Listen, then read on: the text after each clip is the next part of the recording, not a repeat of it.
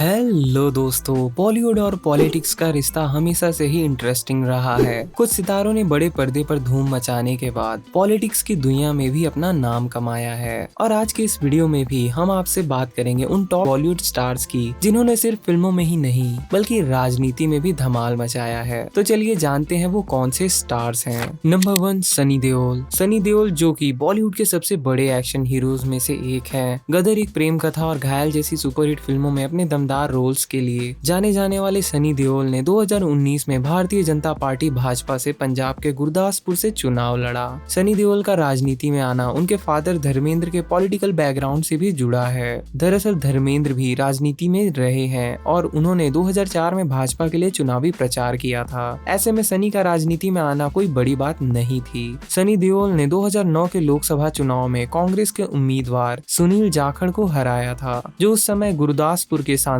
थे। सनी देओल को करीब 5 लाख वोट मिले थे और उन्होंने 82,460 वोटों के अंतर से जीत हासिल की थी। उनकी स्टार पावर और बीजेपी के समर्थन ने उन्हें ये सफलता दिलाई, लेकिन बिजी फिल्म शेड्यूल्स के कारण वे अक्सर अपने क्षेत्र में ज्यादा ध्यान नहीं दे पा रहे थे, जिससे जनता में नाराजगी बढ़ गई। इन्हीं सब रीजंस की वजह से सनी देओल ने राजनीति से दूर होने का फैसला किया, क्योंकि उन्हें एहसास हुआ कि राजनीति उनके लिए सही जगह नहीं है और अब वे सिर्फ फिल्मों में ही ज्यादा फोकस करना चाहते हैं। नंबर 2, उर्मिला मातोंडकर। उर्मिला जिन्होंने चाइल्ड एक्ट्रेस के तौर पर फिल्मों में अपना डेब्यू किया था, लेकिन 1995 में आई फिल्म रंगीला ने उन्हें बॉलीवुड में सुपरस्टार बना दिया। इनके डांसिंग स्किल्स, एक्टिंग टैलेंट और अट्रैक्टिव पर्सनैलिटी ने इन्हें एक खास मुकाम पर पहुंचा दिया है। जादुई, सत्या और दौड़ जैसी फिल्मों में इनकी एक्टिंग को खूब पसंद किया गया और साथ ही फिल्मों में उर्मिला ने कई अलग अलग तरह के कैरेक्टर्स प्ले करके ये साबित किया कि वो सिर्फ ग्लैमरस नहीं बल्कि एक वर्सेटाइल एक्ट्रेस भी हैं। फिर उर्मिला मातोंडकर ने फिल्मों में अपनी पहचान बनाने के बाद पॉलिटिक्स में कदम रखा। मार्च 2019 में उर्मिला ने कांग्रेस पार्टी ज्वाइन की और मुंबई नॉर्थ से लोकसभा चुनाव लड़ने का फैसला किया। लोकसभा चुनाव से ठीक पहले यानी 27 मार्च 2019 को उर्मिला कांग्रेस में शामिल हुई। उर्मिला ने मुंबई नॉर्थ सीट से चुनाव लड़ा था। हालांकि कड़ी मेहनत के बावजूद उर्मिला चुनाव हार गई। इसके बाद उन्होंने 10 सितंबर 2019 को पार्टी छोड़ दी थी और 1 दिसंबर 2020 को एक्ट्रेस उर्मिला मातोंडकर ने मुंबई की पार्टी शिवसेना में शामिल हो गई और शिवसेना में जुड़ने के बाद इन्हें महाराष्ट्र के पूर्व मुख्यमंत्री रह चुके उद्धव ठाकरे का सपोर्ट भी मिला। नंबर 3, अमिताभ बच्चन। अमिताभ बच्चन जिन्हें बॉलीवुड का शहंशाह कहा जाता है, इन्होंने इंडियन सिनेमा में अपनी एक अलग ही पहचान बनाई है, लेकिन बेहद कम ही लोग जानते हैं कि इन्होंने अपने शानदार फिल्मी करियर के बीच राजनीति में भी कदम रखा था। भले ही अमिताभ बच्चन बॉलीवुड का एक बड़ा नाम है, पर पॉलिटिक्स में इनकी जर्नी सक्सेसफुल नहीं रही। 1984 में जब देश में राजनीति गर्मा रही थी, तब अमिताभ बच्चन ने कांग्रेस पार्टी से हाथ मिलाया और इलाहाबाद से लोकसभा चुनाव लड़ा। अमिताभ ने उस वक्त राजनीति में आने का फैसला इसलिए किया क्योंकि उनके करीबी दोस्त राजीव गांधी प्रधानमंत्री थे। चुनाव में उन्होंने बड़ी जीत हासिल की और सांसद बने। हालांकि उनका ये सफर ज्यादा लंबा नहीं रहा। सिर्फ 3 साल के अंदर ही 1987 में उन्होंने राजनीति छोड़ने का फैसला किया और इन सब के बाद उन्होंने फिल्मों और टीवी शोज पर ही ज्यादा फोकस किया और दोबारा वे कभी पॉलिटिक्स की ओर नहीं गए। नंबर 4, गोविंदा। गोविंदा जो 90s के दशक के सबसे पॉपुलर एक्टर्स में से एक हैं, वो आज भी अपनी कॉमिक टाइमिंग और डांस मूव्स के लिए जाने जाते हैं और ये भी पॉलिटिक्स में रह चुके हैं। और इनका पॉलिटिक्स में डेब्यू साल 2004 में हुआ था, जब इन्होंने कांग्रेस पार्टी से चुनाव लड़ा और नॉर्थ मुंबई सीट से जीतकर सांसद बने। 2004 के लोकसभा चुनाव में गोविंदा ने बीजेपी के सांसद और स्ट्रॉन्ग लीडर राम नाईक को हराया था। ये जीत उनके लिए बेहद ही बड़ी बात थी, लेकिन इसके बाद इन्हें महसूस हुआ कि वो राजनीति में अपनी भूमिका निभाने में असमर्थ हैं। इस वजह से इन्होंने पॉलिटिक्स को छोड़ने का फैसला किया। राजनीति छोड़ने के बाद गोविंदा ने फिल्मों में वापसी की, लेकिन गोविंदा को पहले जैसी सक्सेस नहीं मिल पाई। इसके बाद 2017 में इन्होंने आ गया हीरो जैसी फिल्मों से लौटने की कोशिश भी की, लेकिन इन्हें ऑडियंस का वही पहले जैसा प्यार और सपोर्ट नहीं मिला। गोविंदा का सफर भले ही थोड़ा उतार चढ़ाव से भरा रहा हो, लेकिन इनकी फिल्मों और डांस ने इन्हें हमेशा एक आइकॉन बना कर रखा और साथ ही इनका नाम सुनते ही 90s के दशक की वो मस्ती याद आ जाती है। नंबर 5, परेश रावल। परेश रावल का नाम सुनते ही दिमाग में उनकी बेहतरीन एक्टिंग का ख्याल आता है, चाहे वो कॉमेडी हो या सीरियस रोल्स। परेश रावल ने बॉलीवुड में अपने लिए एक अलग पहचान बनाई है, लेकिन क्या आप जानते हैं कि परेश रावल सिर्फ फिल्म इंडस्ट्री तक ही सीमित नहीं रहे। दरअसल 2014 में जब भारत में बीजेपी का माहौल गर्म था और नरेंद्र नरेंद्र मोदी सत्ता में आने की तैयारी कर रहे थे, तब परेश रावल ने राजनीति में कदम रखा। इन्हें वडोदरा से बीजेपी का सांसद बनाया गया। सांसद बनने के बाद परेश रावल ने एजुकेशन और हेल्थ केयर जैसे मुद्दों पर अपनी आवाज उठाई। लेकिन आज की बात करें तो परेश रावल पॉलिटिक्स में उतने ज्यादा एक्टिव नहीं है। इन्होंने अपने करियर का फोकस फिर से फिल्मों की तरफ मोड़ लिया है। अब उनका नाम पॉलिटिक्स में कम ही सुनाई देता है, मगर वे बीजेपी के साथ आज भी जुड़े हुए हैं। पर लेकिन अब वे राजनीति में पहले जैसे एक्टिव नहीं हैं। नंबर 6 पूनम ढिल्लन। 90s की बड़ी ही फेमस एक्ट्रेस पूनम ढिल्लन, जिन्होंने 90s के दशक में अपनी खूबसूरती और एक्टिंग के दम पर ऑडियंस के दिलों में खास जगह बनाई। इन्होंने बंटवारा और लैला जैसी कई सुपरहिट फिल्मों में काम कर लोगों को खूब एंटरटेन किया, लेकिन बस फिल्मों तक सीमित रहना इन्हें पसंद नहीं आया। 2004 में इन्होंने एक नया कदम उठाया और भारतीय जनता पार्टी बीजेपी में शामिल होकर राजनीति में एंट्री की। इनका मानना था कि समाज में बदलाव लाने के लिए पॉलिटिक्स में होना जरूरी है। इसके बाद इन्होंने उत्तर प्रदेश के फतेहपुर सीकरी से लोकसभा चुनाव लड़ा, लेकिन इनकी किस्मत ने उस टाइम पर इनका साथ नहीं दिया। फिर भी पूनम ने अपने फिल्मी करियर और राजनीतिक सफर को एक साथ आगे बढ़ाया और इन्होंने महिलाओं के अधिकार, शिक्षा और स्वास्थ्य जैसे मुद्दों पर अपनी आवाज उठाई। वैसे पूनम ढिल्लन अभी भी पॉलिटिक्स से जुड़ी हुई है, लेकिन वे पॉलिटिक्स में ज्यादा एक्टिव नहीं है। लेकिन वे सोशल सर्विस कर रही हैं और कई एनजीओज के साथ मिलकर काम कर रही हैं लोगों की मदद के लिए। नंबर 7 जया प्रदा। बॉलीवुड एक्ट्रेस जया प्रदा, इन्हें कौन नहीं जानता। ये 90s के दशक की एक ऐसी एक्ट्रेस थी जिनकी खूबसूरती से लेकर इनकी एक्टिंग तक के लिए इन्हें काफी ज्यादा अप्रिशिएट किया जाता था। इन्होंने हिंदी के अलावा तेलुगु, तमिल और कन्नड़ फिल्मों में भी काम किया है। जया प्रदा ने सिंदूर, आज का अर्जुन और स्वर्ग से सुंदर जैसी कई फिल्मों में काम किया और अपनी कमाल की एक्टिंग से ऑडियंस का दिल जीता है। जया प्रदा सिर्फ एक बेहतरीन एक्ट्रेस नहीं बल्कि एक सफल पॉलिटिशियन भी हैं। जया ने 1994 में Bharatiya Janata party BJP join की और उसी साल इन्हें उत्तर प्रदेश के रामपुर से सांसद बना दिया गया। जया प्रदा ने जब राजनीति में कदम रखा तो इन्होंने समाज के कई मुद्दों पर ध्यान दिया, जैसे शिक्षा, स्वास्थ्य और महिलाओं के अधिकार। इनकी पॉलिटिकल स्किल और एलिगेंस ने इन्हें राजनीति में खास जगह दिलाई। लेकिन अभी के समय में जया प्रदा का पॉलिटिकल करियर पहले जैसा एक्टिव नहीं है। हालांकि वे भारतीय जनता पार्टी से जुड़ी हुई हैं, लेकिन इनकी पॉलिटिकल एक्टिविटीज काफी कम हो गई हैं। अब वो ज्यादातर फिल्म इंडस्ट्री में काम कर रही हैं और कुछ समाज सेवा के काम भी कर रही हैं। नंबर 8 जया बच्चन। जया बच्चन का नाम सुनते ही 90s की बॉलीवुड की शानदार एक्ट्रेस का चेहरा सामने आता है, जिन्होंने अपनी बेहतरीन एक्टिंग से लाखों दिलों पर राज किया। लेकिन जया सिर्फ एक एक्ट्रेस तक सीमित नहीं रही, इन्होंने राजनीति में भी अपनी अलग पहचान बनाई। समाजवादी पार्टी से जुड़कर इन्होंने 2004 में राजनीति में कदम रखा और राज्यसभा की सांसद बनी। फिल्मी पर्दे पर जैसे इन्होंने अपनी एक्टिंग से लोगों का दिल जीता, वैसे ही राजनीति में भी इन्होंने समाज के कमजोर और जरूरतमंद लोगों के लिए आवाज उठाई। इनका राजनीतिक करियर भी उनकी फिल्मों की तरह ही बेहतरीन रहा है। वे 4 बार राज्यसभा सांसद रह चुकी हैं और हर बार उन्होंने अपने क्षेत्र के विकास और सामाजिक मुद्दों पर ध्यान केंद्रित किया है। जया बच्चन ने खास तौर पर महिलाओं की सुरक्षा, शिक्षा के लिए कई बार आवाज उठाई है और 2024 में भी जया बच्चन समाजवादी पार्टी से जुड़ी हुई हैं और राज्यसभा की सांसद के तौर पर एक्टिव हैं। नंबर 9 ईशा कोप्पिकर। बॉलीवुड की हॉट और ग्लैमरस एक्ट्रेस ईशा कोप्पिकर, जिन्होंने कृष्णा कॉटेज, एक विवाह ऐसा भी जैसी फिल्मों से लोगों को काफी ज्यादा इम्प्रेस किया। लेकिन काफी कम ही लोग जानते हैं कि ईशा कोप्पिकर एक एक्ट्रेस होने के साथ साथ एक पॉलिटिशियन भी है। जी हाँ, 2000 के दशक में कई हिट फिल्मों और आइटम सॉन्ग से अपने करियर की ऊंचाइयों पर ले जाने के बाद इन्होंने अपने करियर को एक नया मोड़ देने का फैसला किया और 2019 में इन्होंने भारतीय जनता पार्टी बीजेपी से जुड़कर राजनीति में कदम रखा। हालांकि ईशा कोप्पिकर का पॉलिटिकल करियर अभी तक बड़े चुनावी पदों पर नहीं पहुंच पाया है। वे चुनावी राजनीति से दूर रहती हैं और पॉलिटिक्स में उनका रोल सीमित ही रहा है। 2024 तक उनकी पॉलिटिकल एक्टिविटी बहुत ज्यादा नहीं है। वो पार्टी से जुड़ी है लेकिन ज्यादा फिल्म इंडस्ट्री और सोशल फंक्शंस पर फोकस कर रही हैं। नंबर 10 रवि किशन। रवि किशन, इन्हें कौन नहीं जानता। इन्होंने बॉलीवुड फिल्म इंडस्ट्री से लेकर भोजपुरी और साउथ इंडस्ट्री तक अपनी पहचान बनाई है। फिल्मों में अपनी धमाकेदार एंट्री और दमदार डायलॉग्स के लिए भी वे जाने जाते हैं। इन्होंने अपने करियर में फिल्मों के अलावा राजनीति में भी एक खास मुकाम हासिल किया है और एक्टिंग के बाद पॉलिटिक्स में आने वाले सितारों में से रवि किशन का नाम भी खास तौर पर लिया जाता है। रवि किशन ने 2014 में राजनीति में कदम रखा, लेकिन उस समय उनकी राजनीतिक पारी उतनी सफल नहीं रही। इन्होंने उस समय कांग्रेस पार्टी से चुनाव लड़ा था, लेकिन इन्हें जीत नहीं मिल पाई। हालांकि इनका पॉलिटिक्स से इन्वॉल्वमेंट कम नहीं हुआ।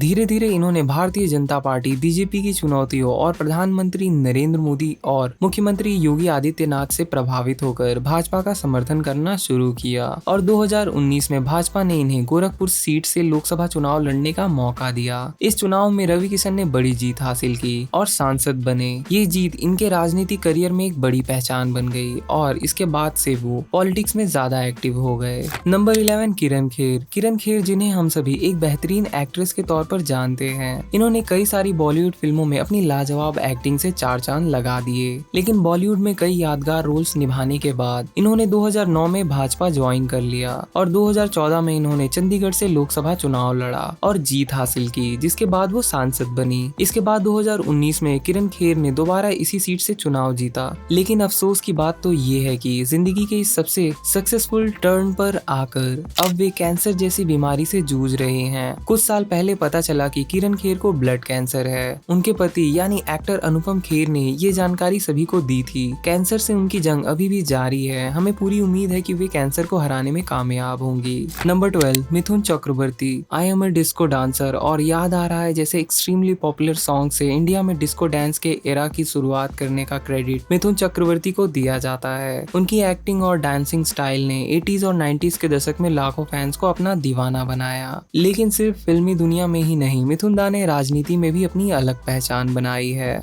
मिथुन चक्रवर्ती ने 2014 में राजनीति में कदम रखा। इन्होंने पश्चिम बंगाल के तृणमूल कांग्रेस टीएमसी द्वारा राज्यसभा का सदस्य बनाया गया। हालांकि 2016 में हेल्थ प्रॉब्लम्स के चलते इन्होंने राज्यसभा से इस्तीफा दे दिया। कुछ समय के बाद मिथुन चक्रवर्ती ने फिर से राजनीति की ओर रुख किया, लेकिन इस बार इन्होंने भारतीय जनता पार्टी बीजेपी का दामन थामा। 2021 में पश्चिम बंगाल विधानसभा चुनाव के दौरान इन्होंने बीजेपी के प्रमोशनल कैंपेन्स में इम्पोर्टेंट रोल प्ले किया। इनकी पॉपुलैरिटी और बड़े नाम को देखते हुए बीजेपी ने इन्हें अपने स्टार कैंपेनर के तौर पर सामने रखा और अभी के टाइम पर मिथुन चक्रवर्ती पॉलिटिक्स में पूरी तरह एक्टिव तो नहीं है, लेकिन बीजेपी से जुड़े हुए जरूर हैं। नंबर 30 नगमा। नगमा जिन्होंने साल 1990 में सलमान खान की फिल्म बागी अ रिबल लव स्टोरी से बॉलीवुड में अपना डेब्यू किया था। नगमा ने न केवल हिंदी बल्कि तमिल, तेलुगु, मलयालम, कन्नड़ और भोजपुरी फिल्मों में भी अपनी एक्टिंग का जादू बिखेरा है। फिल्मों में करियर बनाने के बाद नगमा ने साल 2004 में राजनीति में कदम रखने का डिसीजन लिया और इन्होंने कांग्रेस पार्टी का दामन थामकर अपनी पॉलिटिकल जर्नी शुरू की, जिसके बाद कांग्रेस ने साल 2004 में नगमा को उत्तर प्रदेश के मेरठ से लोकसभा चुनाव में कैंडिडेट बनाया। लेकिन नगमा इलेक्शन जीत नहीं पाई और 2014 के बाद एक बार फिर से नगमा ने अपने पॉलिटिकल करियर पर ध्यान देने की कोशिश की, लेकिन इन्हें इलेक्शन में जीत नहीं मिल पाई। फिर भी इन्होंने हार नहीं माना और पॉलिटिक्स से जुड़ी रही और सोशल सर्विस के फील्ड में भी कदम रखा और इसके बाद इन्होंने कई एनजीओस के साथ मिलकर महिलाओं और बच्चों के लिए शिक्षा और स्वास्थ्य सेवाओं में सुधार लाने का काम किया। नंबर 14 हेमा मालिनी। हेमा मालिनी जिन्हें बॉलीवुड की ड्रीम गर्ल कहा जाता है, इन्होंने अपने बेहतरीन एक्टिंग और ब्यूटी से बॉलीवुड फिल्म इंडस्ट्री में अपनी खास पहचान बनाई। हेमा मालिनी ने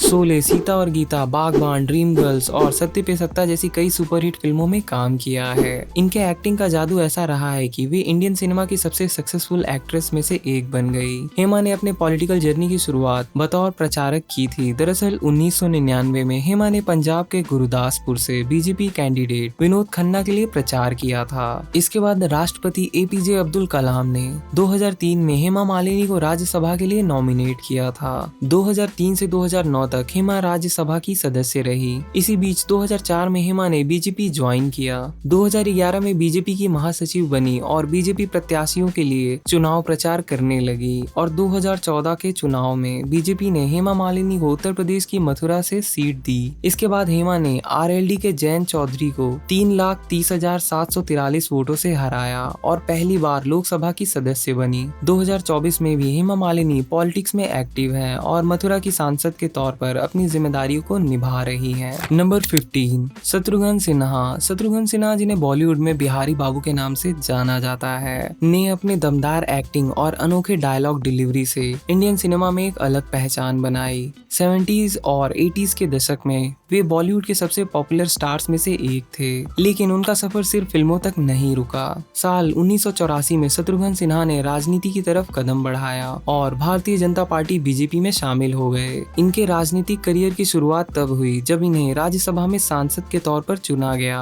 अपने प्रभावशाली व्यक्तित्व और बेबाकी से इन्होंने राजनीति में भी अपनी एक मजबूत जगह बनाई। 2009 में इन्होंने पटना साहिब से लोकसभा चुनाव जीता और इसके बाद 2014 में भी इसी सीट से जीत दर्ज की। हालांकि शत्रुघ्न सिन्हा ने 2019 के लोकसभा चुनाव से पहले भारतीय जनता पार्टी बीजेपी छोड़कर कांग्रेस पार्टी का हाथ थाम लिया था और आज भी शत्रुघ्न सिन्हा पॉलिटिक्स में ज्यादा एक्टिव हैं। नंबर 16 धर्मेंद्र। हिंदी सिनेमा के ही मैन धर्मेंद्र, जिन्होंने अपनी एक्टिंग और माचो पर्सनैलिटी से सिनेमा की दुनिया में जबरदस्त पहचान बनाई। धर्मेंद्र ने शोले, फूल और पत्थर, चुप चुप के और यादों की बारात जैसी सुपरहिट फिल्मों में काम किया और ऑडियंस के दिलों पर राज किया है। लेकिन फिल्मों में धूम मचाने के बाद धर्मेंद्र ने राजनीति में भी अपनी किस्मत आजमाई। 2004 में धर्मेंद्र ने भारतीय जनता पार्टी बीजेपी के टिकट पर राजस्थान के बीकानेर से लोकसभा चुनाव लड़ा और जीत भी दर्ज की। हालांकि उनका पॉलिटिकल करियर बहुत ज्यादा एक्टिव नहीं रहा। वे राजनीति में आने के बाद भी ज्यादातर समय फिल्म इंडस्ट्री से जुड़े रहे और पॉलिटिकल डिस्कशन से खुद को दूर रखा। धर्मेंद्र की वाइफ हेमा मालिनी भी बीजेपी से जुड़ी हुई हैं और वे अपने राजनीतिक करियर में काफी ज्यादा एक्टिव हैं। लेकिन धर्मेंद्र ने पॉलिटिक्स में वो एक्टिविज्म नहीं दिखाई। हालांकि समाज सेवा और अपनी पहचान के कारण धर्मेंद्र का पॉलिटिक्स में एक रिस्पेक्टफुल इमेज बना रहा है। लेकिन 2024 में धर्मेंद्र पॉलिटिक्स में एक्टिव नहीं है और इन्होंने खुद को फिल्मों और फैमिली के साथ समय बिताने में ज्यादा व्यस्त रखा है। नंबर 17 राजेश खन्ना। भारतीय सिनेमा के पहले सुपरस्टार राजेश खन्ना रहे हैं। 70s के दशक में बॉलीवुड के सबसे बड़े सितारों में से एक थे। उनकी फिल्में जैसे आराधना, कटी पतंग, दुश्मन और बावर्ची आज भी ऑडियंस के दिलों में जिंदा है। उनकी रोमांटिक और गहरी आवाज ने लाखों लोगों को अपना दीवाना बना दिया। लेकिन राजेश खन्ना सिर्फ फिल्मी दुनिया में ही नहीं रुके, इन्होंने राजनीति में भी कदम रखा। 1991 में वे भारतीय राष्ट्रीय कांग्रेस में शामिल हुए और गुरदासपुर सीट से चुनाव लड़ा। इन्होंने चुनाव में जीत हासिल की और लोकसभा के सदस्य बने और 1996 तक अपनी सीट बरकरार रखी और साथ ही जब तक वो सांसद रहे उन्होंने किसी भी फिल्म को नहीं किया। फिर संसद छोड़ने के बाद वो आईएनसी के लिए एक राजनीतिक कार्यकर्ता थे और 2012 के पंजाब चुनाव तक पार्टी के लिए प्रचार किया। लेकिन अफसोस 18 जुलाई 2012 को राजेश खन्ना ने इस दुनिया को अलविदा कह दिया। और भले ही आज राजेश खन्ना अब हमारे बीच नहीं है, लेकिन इंडियन सिनेमा और पॉलिटिक्स में उनका कंट्रीब्यूशन हमेशा याद रखा जाएगा। नंबर 18 राज बब्बर। राज बब्बर 80 और 90 के दशक के एक फेमस एक्टर हैं, जिन्होंने हिंदी सिनेमा में कई यादगार किरदार निभाए हैं। लेकिन राज बब्बर की पहचान केवल एक एक्टर के तौर पर नहीं है, बल्कि एक सामाजिक कार्यकर्ता के तौर पर भी है। वे 3 बार लोकसभा के सदस्य और 2 बार राज्यसभा के सदस्य रह चुके हैं। इन्होंने 2004 में समाजवादी पार्टी में शामिल होकर राजनीति में कदम रखा था। राज बब्बर ने उत्तर प्रदेश के फैजाबाद निर्वाचन क्षेत्र से समाजवादी पार्टी के टिकट पर लोकसभा चुनाव लड़ा और संसद में एक मजबूत आवाज बने। इनके पॉलिटिकल करियर में एक टर्निंग पॉइंट तब आया जब इन्होंने 2014 के जनरल इलेक्शंस में अपनी पार्टी को छोड़कर कांग्रेस पार्टी का हाथ थाम लिया। इस चुनाव में इन्होंने गाजियाबाद से चुनाव लड़ा, लेकिन भारतीय जनता पार्टी के उम्मीदवार जनरल वीके सिंह से हार गए। इसके बाद राज बब्बर ने 2017 में उत्तर प्रदेश कांग्रेस पार्टी के अध्यक्ष के रूप में काम किया, लेकिन पार्टी ने उस चुनाव में अच्छा परफॉर्म नहीं किया और 2019 के लोकसभा चुनाव में इन्हें फतेहापुर सिकरी से भी हार का सामना करना पड़ा, जिसके बाद से वे पॉलिटिक्स में कम एक्टिव हैं। नंबर 19 गुल पनाग, जिन्हें आपने कई सारी फिल्मों और वेब सीरीज में देखा ही होगा। लेकिन क्या आप ये जानते हैं कि ये एक्ट्रेस होने के साथ साथ एक पॉलिटिशियन भी है। गुल पनाग ने 2014 के लोकसभा चुनाव में आम आदमी पार्टी आप से चंडीगढ़ से उम्मीदवार के रूप में अपनी राजनीतिक शुरुआत की, मगर वे चुनाव नहीं जीत पाए। चुनाव हारने के बावजूद गुल पनाग राजनीति और सामाजिक मुद्दों पर अपनी आवाज उठाती रहती हैं और वे आम आदमी पार्टी के साथ जुड़ी हुई हैं और वे पार्टी के कई सोशल कैंपेन्स में हिस्सा लेती हैं। भले ही इन्होंने चुनाव में जीत हासिल ना की हो, लेकिन इन्होंने अपने समर्थन और समाज के बीच एक प्रोग्रेसिव लीडर की इमेज बनाई है। नंबर 20 सुनील दत्त। संजय दत्त के पिता और एक्ट्रेस नरगिस के हस्बैंड सुनील दत्त, इन्होंने बॉलीवुड इंडस्ट्री में 6 दशक का लंबा समय दिया और 50 से अधिक फिल्मों में काम किया है। सुनील दत्त ने अपने एक्टिंग करियर में तो सफलता के झंडे गाड़े ही, साथ ही वे राजनीति में भी अव्वल रहे। सुनील दत्त ने फिल्मों में अपना लोहा मनवाने के बाद राजनीति के क्षेत्र में कदम रखा। उस समय देश में कांग्रेस की सरकार थी और सुनील दत्त राज्यसभा सांसद रहे थे। इसके अलावा इन्हें इसी सरकार में युवा और खेल विभाग के मंत्री पद का कार्यभार सौंपा गया था। सुनील दत्त ने इस क्षेत्र में रहते हुए तमाम जरूरतमंद लोगों की मदद की थी। हालांकि इस दिग्गज कलाकार और सफल राजनेता ने 25 मई 2005 को हार्ट अटैक की वजह से दुनिया को हमेशा के लिए अलविदा कह दिया। इसी के साथ वीडियो को करते हैं एंड मिलते हैं नेक्स्ट वीडियो में। If you like my video, please do subscribe to my YouTube channel and also share, comment, like and press the bell icon.